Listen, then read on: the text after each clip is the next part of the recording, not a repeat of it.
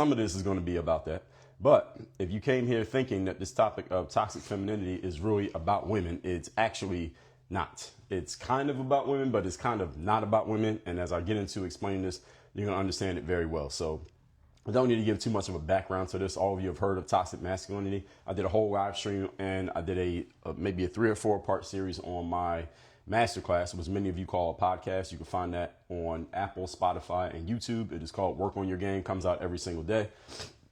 I already talked about toxic masculinity and the nonsense around that argument. My general disagreement with the toxic masculinity argument is that a lot of it has been framed and authored by females. So how is it possible for a female to talk about what is a toxic way to be a man? That doesn't even make any sense. If there's going to be a conversation about how to be a man, it needs to be had by men, and it needs to be authored by men, not by women. The problem with that, even when men come out with the whole concept of talking about toxic masculinity, is a lot of the points around toxic masculinity are basically they're straw man arguments. You basically take certain things that you do want in a man. For example, a man's ability to control his emotions and his energy as a result of those emotions is a good thing. But then they frame it as if a man being completely stoic and not touching his emotions at all, as if there are only 2 options. There are 2 opposite poles.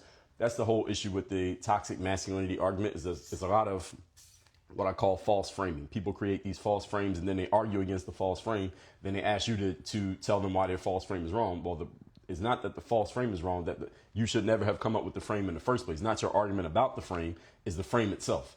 And this is the manipulation that a lot of people have become experts at using when it comes to these conversations around any type of social issue. But that's the reason why I'm here, to break down their nonsense and help you all explain what is actually true and how we should actually look at these situations. So that's what we're going to do here today. So let me introduce myself. My name is Baldwin. Many know me as Dre all day. I'm a former 9-year professional athlete, author of 40 books with more on the way. I've done 4 TEDx talks. I created this brand called Work on Your Game and this company called Work on Your Game. What we do here is we work with professional entrepreneurs, and what we help them do is scale their businesses up from the 6-figure level to the 7-figure level. You can learn more about that by going to workonyourgameuniversity.com. So let's get into this toxic femininity. First of all, first thing we need to understand, all you need to understand as we get into this conversation, is toxic femininity is not an exclusive domain of women.